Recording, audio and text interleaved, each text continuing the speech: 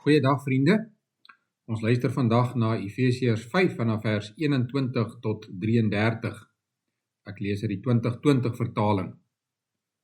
Wees onderdanig aan mekaar uit ontzag vir Christus. Vroue, wees onderdanig aan julle mans, soos aan die Here. Omdat die man die hoof is van die vrou, soos Christus ook hoof is van die kerk. Hy is verlosser van die liggaam. Maar soos die kerk onderdanig is aan Christus, so ook moet die vroue in alle opsigte aan hulle mans onderdanig wees.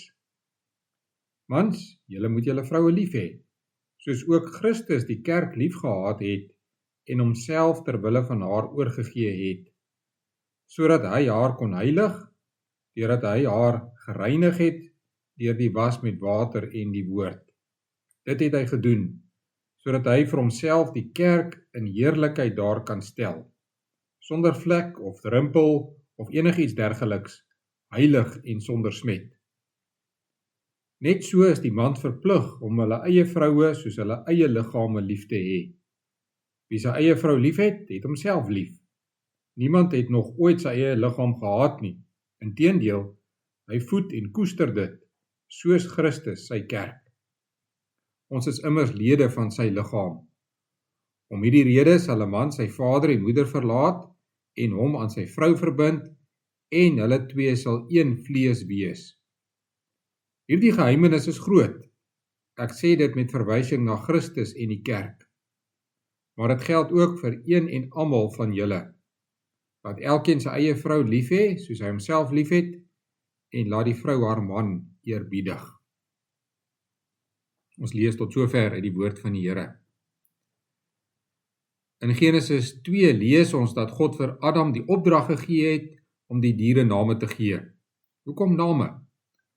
God wou hê dat Adam self sou ontdek dat daar niemand soos hy is nie, dat daar nie vir hom 'n maat is nie, en dat dit nie goed is dat hy alleen is nie. Nadat hy dit ontdek het, maak God vir Eva 'n maat wat by hom pas. Adam is verheug toe hy haar sien, want hy het iemand gekry saam met wie hy kan leef en werk.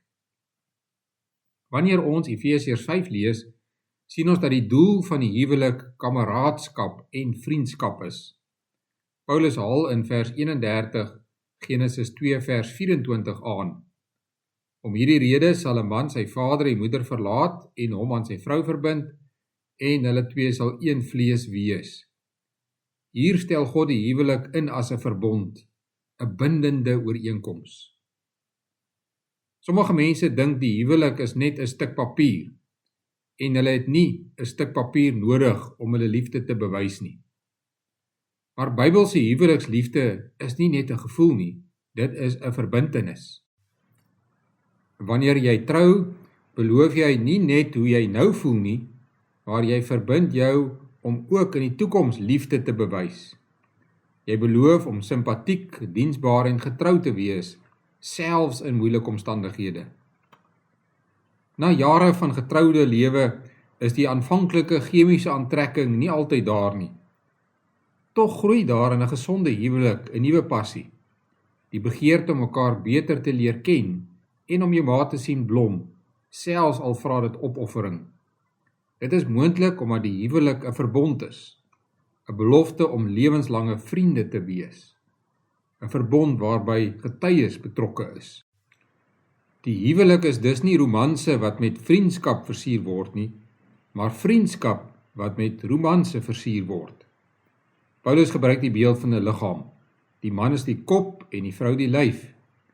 Net soos die kerk 'n liggaam is waarvan Christus die hoof is.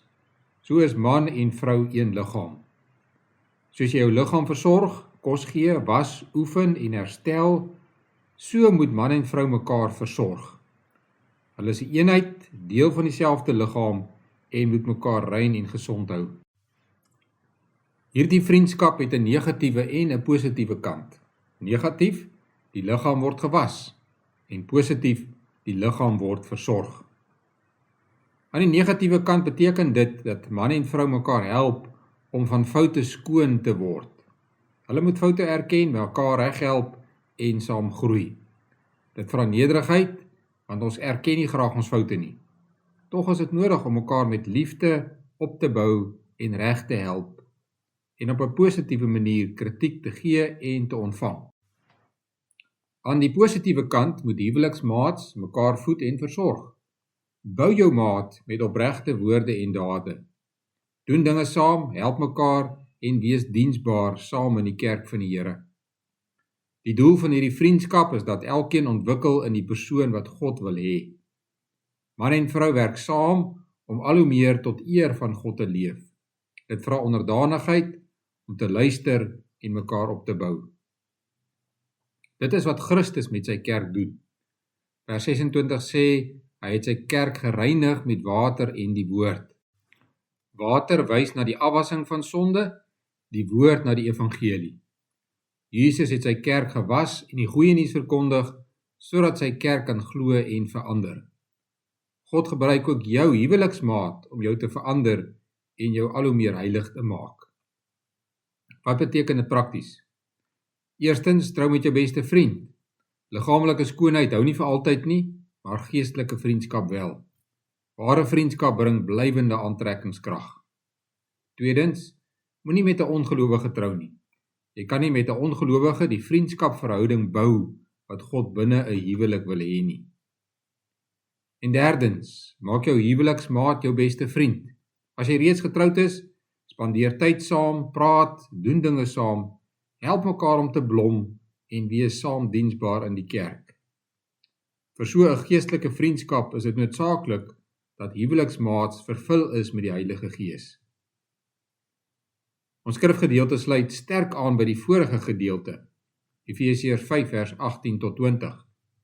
Moenie deur wyn bedwelm raak nie, daardeur ontstaan losbandigheid. Inteendeel word vervul deur die Gees, terwyl julle psalms, lofgesange en geestelike liedere sing, en God die Vader altyd oor alles dank. 'n Gelukkige huwelik vra dus vervulling met die Gees. Dit beteken om te besef wat God vir jou gedoen het, om die verlossingswerk van Christus as werklikheid te aanvaar en om dankbaar en vreugdevol te leef. Wanneer God se liefde jou vul, kan jy vanuit sy liefde jou maat lief hê. Hoe bewys jy liefde as jou maat deur 'n moeilike tyd gaan en nie liefde teruggee nie? Hoe bewys jy liefde as jou maat siek is?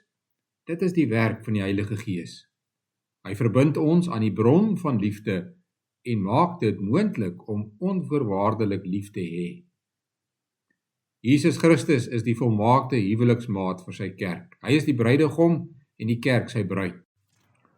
Al het ons deur sonde van hom weggedraai, het hy nie van ons weggedraai nie. Hy het aarde toe gekom, homself leeg gemaak en aan die kruis vir ons gegee. Wanneer jy weet dat God jou so lief het en die Gees maak dit werklik in jou lewe, kan jy jou huweliksmaat in alle omstandighede lief hê. Dan kan jy ook ander mense lief hê. Geen menslike verhouding is dieper as ware vriendskap tussen man en vrou in die huwelik nie. Bou hierdie vriendskapsliefde, leef dit uit, versorg en voed mekaar.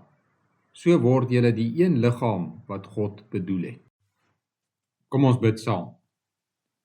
Ons Vader wat in die hemel is, laat U naam geheilig word. Laat U koninkryk kom. Laat U wil geskied, net soos in die hemel, net so ook op die aarde.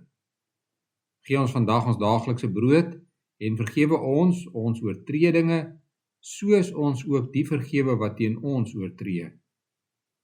En laat ons nie in versoeking kom nie, maar verlos ons van die bose. Want aan U behoort die koninkryk en die krag en die heerlikheid tot in ewigheid. Amen.